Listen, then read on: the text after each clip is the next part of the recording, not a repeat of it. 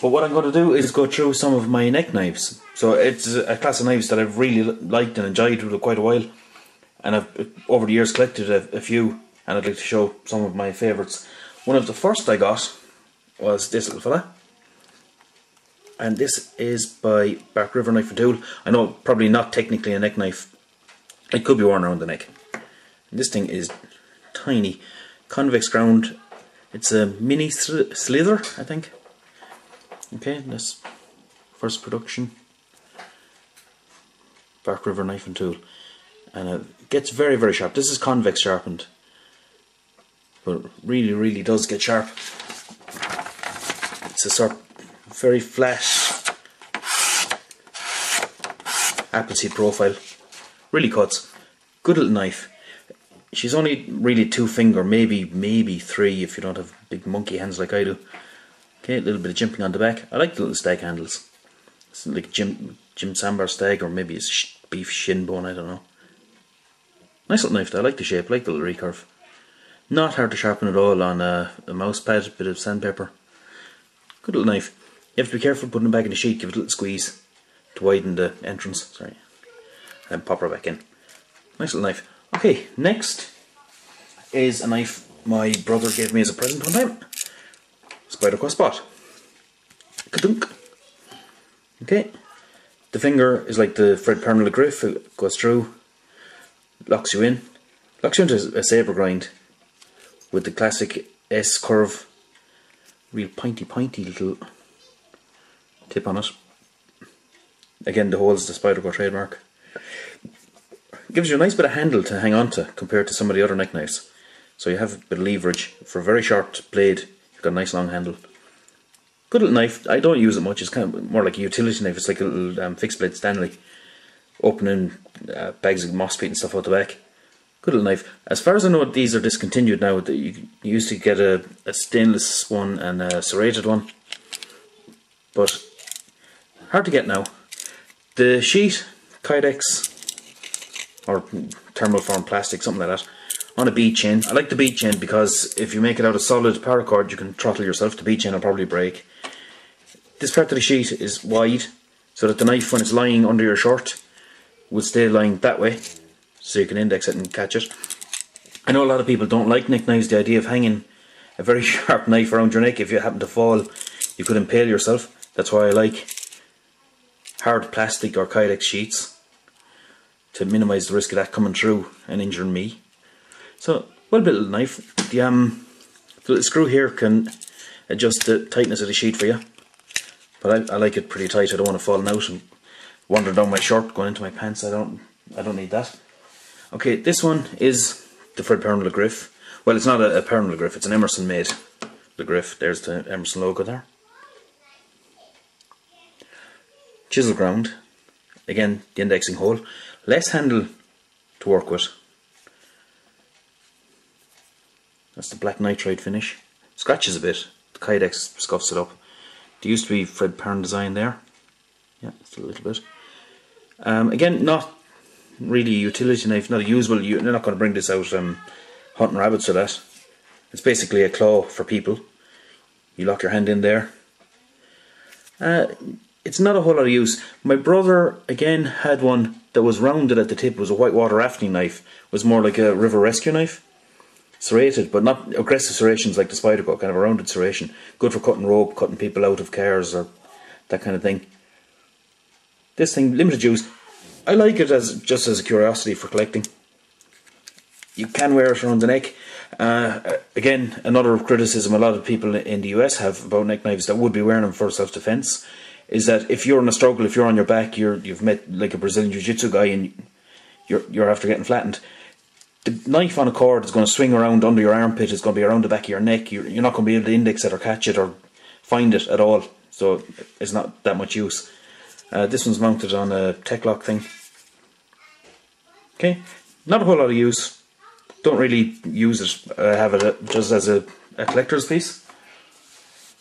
This one is Columbia River Knife and Tool, licensed version, again hard plastic sheet, can be neck mounted. It's a bit big, it's a little bit heavy to wear comfortably around the neck, so I don't really. It had a kind of a clip-in plastic belt clip that I got rid of. It just didn't stay there. Sort of a reverse, like a mini cookery even shape, with a fair old curve to the handle. Nice enough knife. Solid tang there. Slight guard, which you probably need if you don't want to slide up onto the sharpie bits. Handy enough little knife. I've brought this one rabbiting. The grooves in the handle, good for traction, bad for catching blood and lint and fur and bits of bone and that. Not a bother to rinse it under the hot tap when you get home, but it's not the nicest thing to be carrying around. Hence, I cut the pocket clip off and I generally stick it in a bag or pop it into my back jeans pocket if I'm out.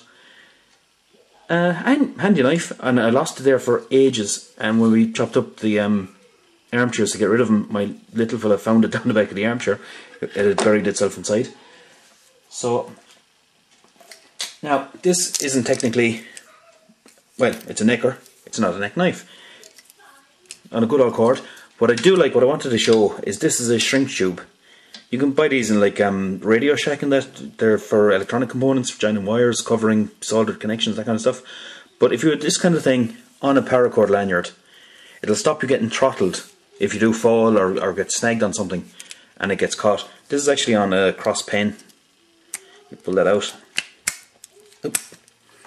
And the pen kind of pops out the tip. Nice little pen.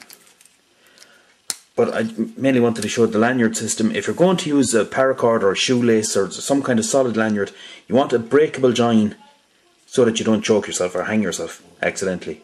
You know, no one wants to see that. Ball chains are good, but a bit noisy and a bit uncomfortable, which is why the gutted paracord around the ball chain is a good idea. But really, any type of breakable connection, I suppose if you sewed the two ends of the paracord together with a piece of thread, bit of sewing cotton, that'll probably do you. Now, here we go again. This is an SE Izula, E-S-E-E. It used to be RAT, Randall Adventure and Training. And they changed. Hard plastic sheet, not a Kydex. Okay, there's the Izula, this the fire ant that it's named after. Made by Rowan, not made by Randall or SE. It's actually made by a company called Rowan for them. 1095 high carbon tool steel, very, very good steel. Takes a great edge. I'm not sure you can see the polish on that. But it is really, really polished, really, really sharp. I just show again with the that's really effortless. Takes a great edge, will hold it decently, very, very good, but very, very easily touched up, which is important if you're like out camping for a week at a time or something. You live in the wild or using it as a backup knife. A little bit short in the handle, so I bought these grips. These come separate. It comes as a flat full tang steel handle. Can be a bit uncomfortable to use. So these little fatter grips, these are a G10 material. It's an epoxy with material woven through it. And they just squash the whole lot together. Very comfy, makes the knife a lot easier to grip and a lot easier to use if you're actually going to use it. Good bunny knife, bit of belly to it if you want to do a bit of skinning. Good point for piercing hides and skins. Only as long as your forefinger. I'd skin a deer with that, no problem. There's an old lad, Dennis McCarthy, who used to go shooting with in Kerry, and that was his favourite thing. If you had a knife no longer than your finger, you're working inside a body cavity, you know where the blade is, you're not going to cut yourself like I nearly did there. Sound. Lovely little knife, I really, really like that one. Comfy to wear around the neck. Maybe not the best idea in the world. Has a belt loop, has a number of holes you could tie it off to a pack. Hang it inverted off of the back of your backpack, something like that.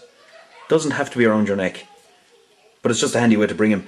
Murray Carter does the Yoshimoto Bladesmith. He's an American, well, he's a Canadian living in America, trained in Japan. Really sound guy, makes lovely knives, but he really favours the neck knife because you can have your knife hanging down inside your coat, especially in cold places. Catch the lead, pull the knife up out of your jumper, out of your coat, open it, do your business. You're not rooting your pockets, you're not lifting up your coat, you're not exposing your hot core to the weather to try and access your knife. When you're finished, pop it back in the sheet, drop it back down the front of your jumper, down your jacket, drive on. So, like, there are pros and cons. It's only if you try it yourself and you decide you do like it, you don't like it, that'll decide you. Now, this one is the one I wanted to get to. This is the new one I bought for my birthday, for myself, for my 40th. She's a buck. Oops. but it's a Buck Mayo. Tom Mayo is a designer and a consultant with Buck. The sheet is very, very minimal, very thin, very small. Great for hanging around your neck. It's got a little sprung back there. I've seen people complain about this, that over time the plastic gets weak and the spring kind of goes out of it, but you can kind of beef it up with a bit of steel at the back. If it was going to go, I would probably get a Kydex sheet made for this. It's a very nice knife. It's made of S30V steel, very, very good steel. It's another one with added nitrogen, like the Spyderco Jumpmaster, the H1 steel, but not as stain resistant. S30V, good steel. Will take a hair shaving razor super duper sharp edge for a while, but then will keep a really decent, good working edge forever. It's really good hard steel. Not as hard as S110V obviously, or S90V, those grades. But a nice knife, very, very high kind of sabre grind. The hollow grind, trademark of Buck's. I gave this a touch up on the diamonds and a bit of a stropping. The handle a little short, very much reminds me of my Northfleet knives in the shape. Very kind of reminiscent of those hunter patterns. Just a little kind of splinter. Reminds me of a Bob Dozier knife as well. That type of shape. But very, very nice. Not as much belly for skinning if you wanted to do that. Good point, good piercing point. Again, really sharp. Excellent little backup knife, or if you want something very, very slim to bring with you. You're travelling light, you're doing ultra light camping or something. You just want something to open dehydrated food or whittle sticks if you want to start a fire, that kind of thing. Handy, handy little knife. I would like to see handle scales, replacement handle scales made for these. I'm not sure if these are discontinued or not. It was tricky enough to get even from Knife Center in America. But I'd like to see a nice set of handle scales made on that. Maybe solid pins or Corby bolts, something like that. And a Kydex sheet. That'd be a beautiful knife. I can imagine someone like Vermon's Hunter tooting around the fields, popping bunny rabbits, give them a little fettling with that. It is that type of knife. Very, very easy to clean, as you can see, but just all stainless. So even if you are preparing a lot of bunny rabbits or pigeon breasts or whatever, rinse under the hot tap and you're away. Okay? And that's my collection of neck knives. Thanks for having a look.